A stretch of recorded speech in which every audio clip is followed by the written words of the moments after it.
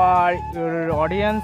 তো আমাদের আজকের যে বিষয়টা দেখাবো আজকে, কৃষি শিক্ষা তো আপনারা অনেকেই পড়েন আর অনেকেই এই বিষয়টা জানেন।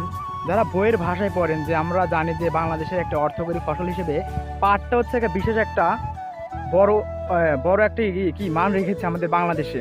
তো বাংলাদেশের যে বিষয়গুলো আমরা যে জানি, পাটটা কিভাবে হয় ছোট থেকে বা কিভাবে জিনিসগুলো হয়, সেই বিষয়গুলো আমরা শুধু বইয়েই পড়ি, প্র্যাকটিক্যালি ভাষায় সেটা আমরা জানতে পারি না।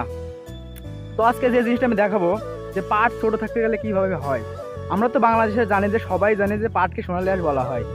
আর এই বিষয়টা শুধুমাত্র আমরা এই বিষয়টা শুধু জানলেই হবে না, আমাদের প্র্যাকটিক্যালি দেখতে হবে। যারা যারা এই বিষয়গুলো জানতে চান এবং এই বিষয়গুলো দেখতে চান, অবশ্যই আমার চ্যানেলটিকে সাবস্ক্রাইব করে পাশে থাকবেন আর বেল আইকনটি বাজিয়ে রাখবেন, যাতে প্রতিনিয়ত আপনাদের ভিডিওগুলো পান।